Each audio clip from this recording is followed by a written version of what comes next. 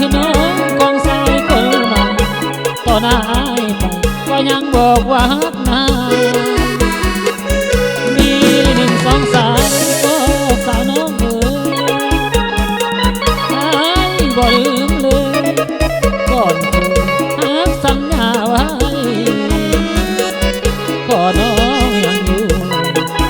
หมื่นสูงอายบ่เสียใจขอเพียงอย่าจากอายไปสู่โลกใหม่ให้อายบ่เห็น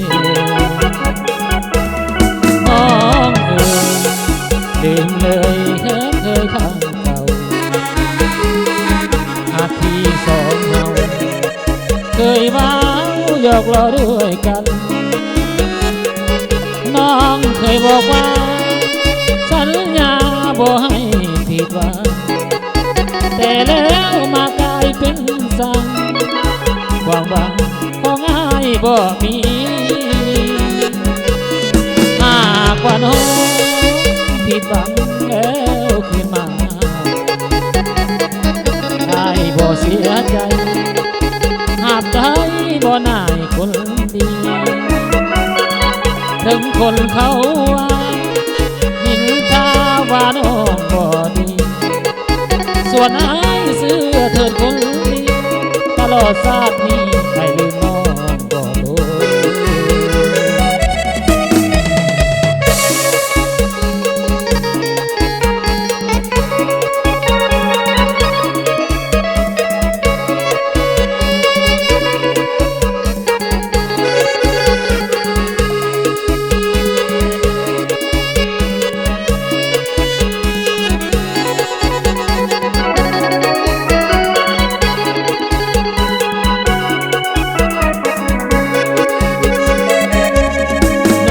ง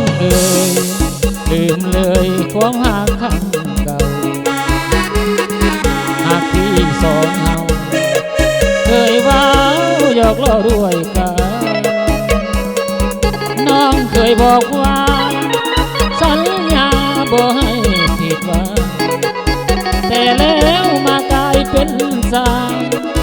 ความหวังของอ้ายบ่มีหากว่าน้องผิดหวังแล้วคืนมาอายบ่เสียใจบ่แน่บ่นายคนดีถึงคนเขาว่านินทาว่าน้องบ่ดีส่วนอายเสื้อเถิดคนดี